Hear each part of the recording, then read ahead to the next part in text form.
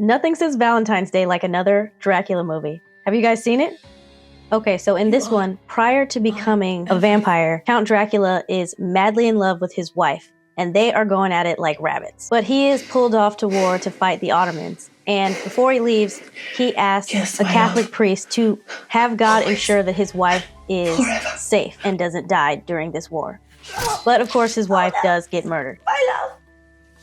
So in his fury, Count Dracula proclaims to God that God can't have his life. And as a result, he doesn't die and becomes a vampire. So for the next 400 years, he spends waiting for his wife to be reincarnated. And he searches the world for her by creating this perfume that makes him irresistible to women, hoping that he attracts her to him somehow.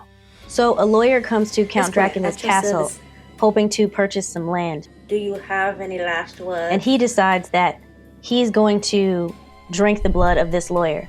But in a last effort before he dies, he requests that Count Dracula explain to him the story of how he became who he is. So he tells his tale about eventually being so frustrated with the search for his wife running cold that he turns a bunch of women into vampires in the hopes that they continue doing his bidding and finding his lost love. So in that process, Dracula finds out that this lawyer is actually engaged to be married to a woman who is the spitting image of his wife who was killed 400 years ago. Okay, so this one was tough. It was intensely passionate. It was supposed to be extremely romantic. So in those respects, it does align a lot with the season.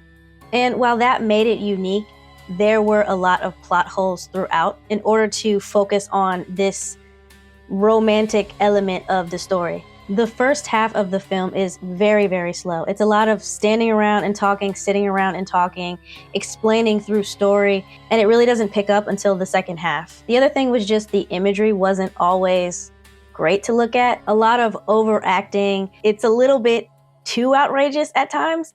And, you know, if that's what you're looking for, you might enjoy it, but it's definitely not something to be taken seriously at all. But unfortunately, with the plot holes and the pacing, I'm only going to give this one 2 bangs out of 5. This has been Bang Bang with Bam Bam.